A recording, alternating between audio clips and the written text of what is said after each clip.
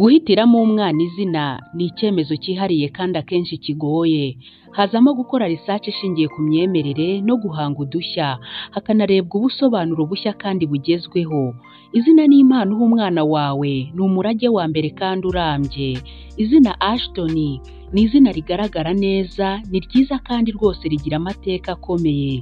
Reka turebere hamwe ibisobanuro n'inkomoko by'izina Ashton. Izina Ashton rivugwa mu Cyongereza, rikomoka ku Cyongereza cya kera gisobanura igiti cy'ivu, ash tree cyangwa se town, umujyi, settlement cyangwa se bisobanura gutura. Mu mateka iri zina ryitwaga umuntu wabaga atuye hafi y'igiti cy'ivu. Igiti cy'ivu kizwiho imbaraga, gishobora kugereranywa no kwihangana, kwakira ibintu vuba n'ibindi.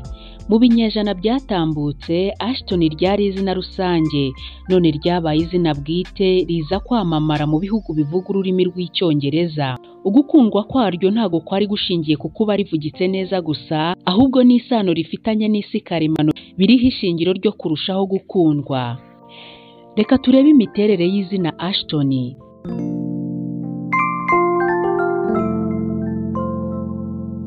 Izina Ashton rikunzwe gufatwa nk'irigezweho. Si iki gusa, rikunzwe guhuzwa n'abantu bafite imico runaka, imico ikurura abandi, mbese bagira igikundiro, barangwa no guhanga udushya ndetse no gufata risike. Abantu bitwa izina Ashton bumva ko bafite ubushobozi bwo kuyobora no guhanga udushya. Bagaragara nk'abigirira icyizere mu mvugo yabo, bafite ubushobozi bwo kugaragaza ibitekerezo byabo mu buryo bunoze kandi buhamye. Byongeye kandi ba Ashton bizerera mu bwiza no mu bwumvikane, bikagaragarira mu rugo aho batuye n'aho bakorera. Uku kwiyumva neza bifatanyije n'ubuhanga bwabo, akenshi bibasunikira mu bikorwa by'ubuhanzi, imirimo ijyanye na designing n'ibindi. Ibi kandi bisobanuye ko bahora bashakashaka, mbese bihugura kugira ngo bagire uburambe bushya, haba mu ngendo bagira, mu bijyanye no mu gikoni cyangwa se no mu bikorwa byabo bakora baruhuka. Ba Ashton kandi baha agaciro ibijyanye n'imibanire n'abatuye sosiyete muri rusange. Rimwe na rimwe ntibihugiraho, ahubwo bahuza ubuzima bwabo n'abandi, bakita ku mibereho y'abandi. Ibi bituma kandi bakunda kubahwa. Kwamamara kw'izina Ashton byahereye cyane cyane mu bihugu bivuga ururimi rw'Icyongereza mu myaka mike ishize. Iri zina ntago ari irya kera cyane. Muri Amerika ryamamaye cyane mu ntangiriro y'umwaka w'2000 bitewe cyane n'ibyamamare byitwaga iri zina. Aha twavuga nka Ashton Carter wavutse mu 1954, aza gutabaruka mu mwaka w'2022. Uyu yari umunyamerika w'umufiziste ndetse akaba umunyapolitike. Ntitwakwibagirwa kandi Ashton Applewhite wavutse mu 1952. Uyu ni umwanditsi w'ibitabo. Ashton Nicole Casey wavutse mu 1996, ni umunyamerika w'umuraperi, umuririmbyi n'umwanditsi w'indirimbo. Saba gusa, hari n'abandi benshi biswe iri zina. Uku kumenyekana muri Amerika byatumye ababyeyi barikunda, rifatwa nk'izina rigezweho kandi rifite ireme. Mu Bwongereza no muri Australia, Ashton ryaramamaye cyane ndetse riza gukoreshwa cyane, rikundwa n'ababyeyi bashakaga izina ryiza kandi risobanutse. Uku kwamamara kwaryo kwatewe ahanini n'uburyo rivugitse hamwe n'imico myiza ijyanye naryo. Ku isi yose, izina Ashton ryaramenyekanye kandi ririshimirwa. Kugeza ku munsi wa none iri zina rikomeje gukundwa cyane cyane n'abavuga ururimi rw'Icyongereza ndetse no mu bindi bihugu bitandukanye hari abaryita abana babo. Ashton ni izina wakwita umwana w'umukobwa cyangwa se umwana w'umuhungu. Ntaho ribogamye, rituruka ku izina rusange Ash tree. Wari uzi ko izina uhitiramo umwana wawe rishobora guhindura ubuzima bwe mu buryo bworoshye?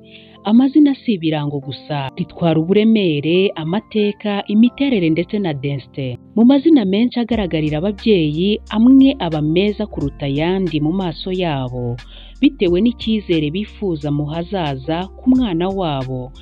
Rimwe muri ayo mazina yigaruriye imitima y'ababyeyi ni izina Nova, izina rivugitse neza. Izina Nova rifite inkomoko mu rurimi rw'Ikilatini, risobanura gishya cyangwa se new.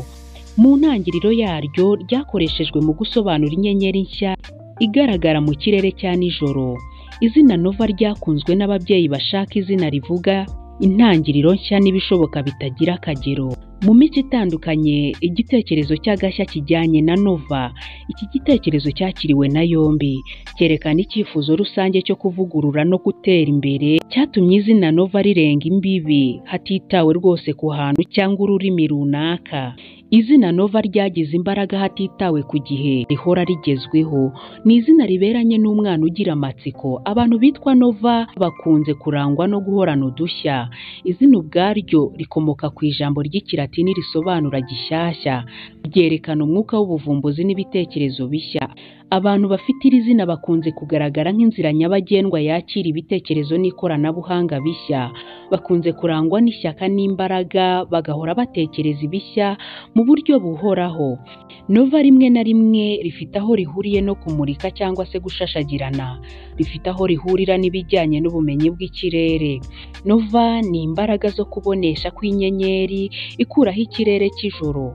Ibi bishyira abitwa ba Nova kugira imbaraga zitagira umupaka, bagira ibyiringiro kandi ikindi ntibatinya kwigaragaza muri rubanda. Izina Nova ryerekana umuntu uhuza n'imihindagurikire nk'uko inyenyeri zigenda zihindagurika. Abantu bitwa Nova bafatwa nk'aho bashoboye kuyobora impinduka n'ubuzima hamwe n'ubuntu n'imbaraga. Babonwa nk'icyizere buri gihe bareba ejo hazaza, bakunze kandi kurangwa n'ibyiringiro ndetse n'ibyishimo. Birumvikana cyane Nova afite aho ahuriye n'udushya ndetse n'isanzure. Ibi kandi bituma iri zina rikwirana n'umwana uhora afite amatsiko no guhanga udushya. Mu myaka 10 ishize, iri zina ryamenyekanye cyane mu bihugu bivuga ururimi rw'Icyongereza, riza kandi gukundwa cyane n'ababyeyi bifuzaga izina ryihariye kandi risobanutse. Kurivuga biroroshye, yewe n'imyandikire yaryo ntabwo igoranye. Muri Amerika, Nova ryazamutse ku rutonde rw'ubuyobozi bw'ubwiteganyirize bw'amazina y'abana bazwi cyane, yinjira mu mazina ya mbere mu myaka ishize. Uku kwiyongera mu kwamamara byatumye mu bindi bihugu naho rikwirakwira, rikundwa cyane n'abantu benshi batari bake. Ndabashimiye mwe mwabanye natwe muri iki kiganiro n'ubusobanuro bw'amazina yewe n'inkomoko yayo. Mwari kumwe nanjye Umulisa, ndabakunda cyane, naho ubutaha.